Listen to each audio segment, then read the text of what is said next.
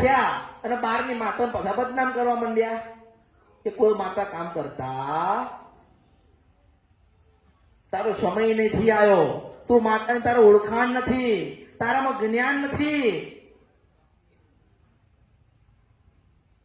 બાકી દીવો કરવાથી ઘરમાં અજવાળું થાય ને. જોવું હોય તમારે તો ઘરે જઈને રાત થાય બધું ઘર આખું બંધ કરો અને તમારી કુળદેવીના નામનો દીવો કરો. જો એ દીવો કરો અને તમારો પોતાનો પડછાયો જો દિવાલમાં દેખાય તો માનજો કે માતા હતી. એટલે કહેવામાં આવે કે માના દીવા કેમ થાય કે માં દેવના દીવા આપણે કરીએ ને તો આપણા જ ઘરમાં જવાળું થાય. પછી એક દીવો હોય કે 10 દીવા હોય, તમારો ભાવ ના હોય, તમારી શ્રદ્ધા ના હોય તો કોઈ માતા કામ કરવાની. મારી ભાઈ કઈક લોકો આવી કે કૃપા મેં આપી દીધી ગતાર્યા. મેં કીધું કે મને આ વસ્તુ આવી દે, મેં કીધું મારા માટે આ કરજે.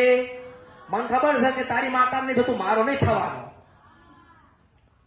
જો તમે તમારી માતાના થયા હોત તો મને ના ભૂલી જા, અને મને કદાચ ભૂલી ગયા છો તો પાછા લાવતા મને આવડે ના આવડે.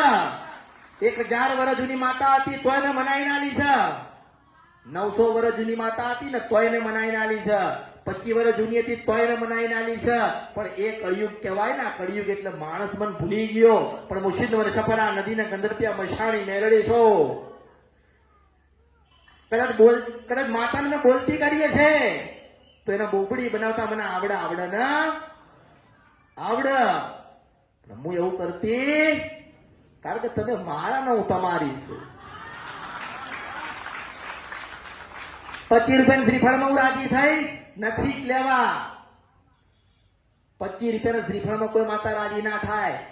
1 લાખ રૂપિયાની હોનાની ચૂંદડી ઉડાડો ને તોય માતા રાજી ના થાય. પણ એક વખત 12 મહિનાનો દીવો કર્યો હોય ને આપણા ગઢીડાના ઘરમાં તો એ જ માતા રાજી થાય.